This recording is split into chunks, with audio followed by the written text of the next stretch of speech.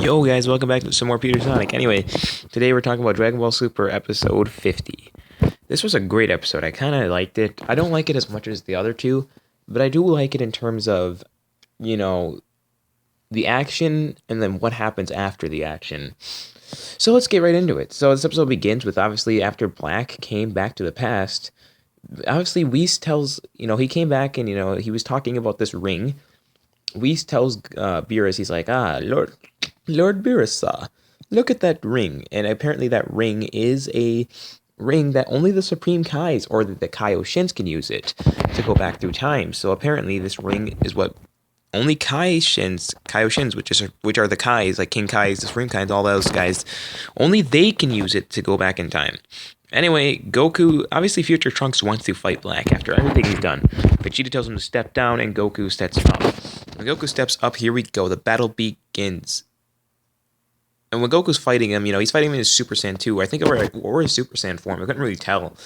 Anyway, Goku's blocking. Black's just tries to go for the two left hooks and stuff. Anyway, Black then, he doesn't start holding back. He starts getting even more and more. Now, there's one key thing that Black did say. I'm glad I get to fight you in this form, in this body, actually. That's something very interesting. Why would he say that? If this is truly an evil Goku, there's really no way he would say, I'm glad I get to fight you in this body. He would already know his own body. So again, it's just more and more hints that this black, mysterious character is not evil Goku, and he's entirely something different. We just don't know who he is just yet, or what he is. Obviously, it's looking more and more like the Makaio Shin theory is true, but for right now, let's just wait and wait. I do believe that this is a Makaio Shin at this point, or at least Black is controlled by a Makaio Shin, or he's just some angry little fuck. No, anyway, so him and Goku are fighting, and Trunks is like, why doesn't Goku go all out right away? Vegeta's like, well, he's taking his time, which is quite classic because we get to see this so many times. If they just go all out, who knows what can happen? Maybe these characters like Black are just finished. So while Goku and Black are fighting, Trunks, Goku Black knocks Goku into the time machine. And Trunks is like, oh no, the time machine. Obviously, Black hears about the time machine. And he's like, so that's how we managed to get here.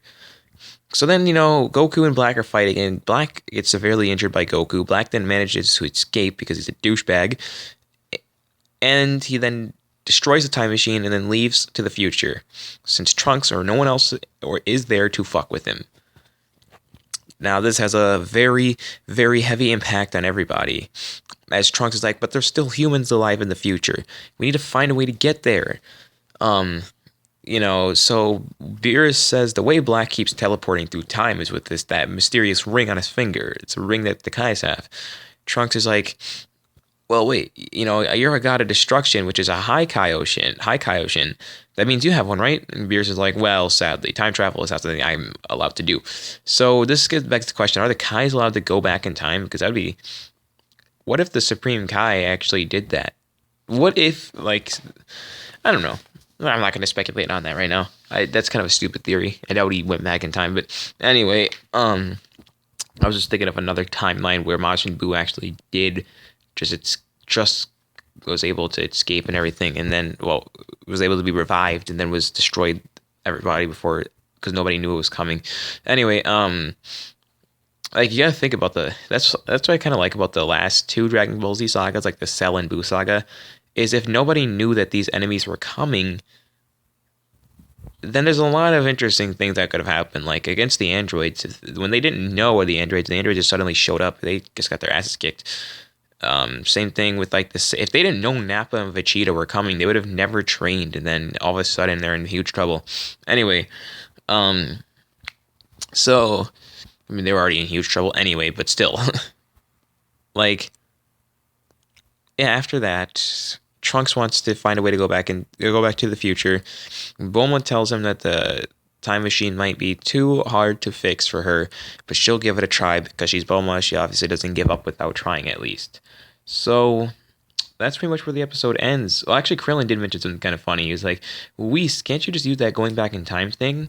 Whis obviously says, well, it's not really going back in time. His powers only allow him to go back in time to a previous 3 minutes in time. not, he can't go back to a different timeline. He can't go to the future. He can't go to the past necessarily. So, he's not able to jump through time. He's only able to wind back time for a little while. So, yeah. I mean, there are a lot of YouTube videos that explain. I typically recommend going to like people like YouTube One, Geekdom 101, and Quamans for their like time travels and timelines and all that. They have good list, good things. Geekdom 101 and Quaman's Land. They will easily. They have. So I would do a video, but I don't want to do it because it's just been covered to death. All those guys, they have good explanations on how time travel works in Dragon Ball Z, how characters are able to time travel, how certain other characters are able to time travel, and how the butterfly effect works. So go check them out if you want to really understand how all that works. Anyway, guys, I'm Peter Sonic, and have a good day.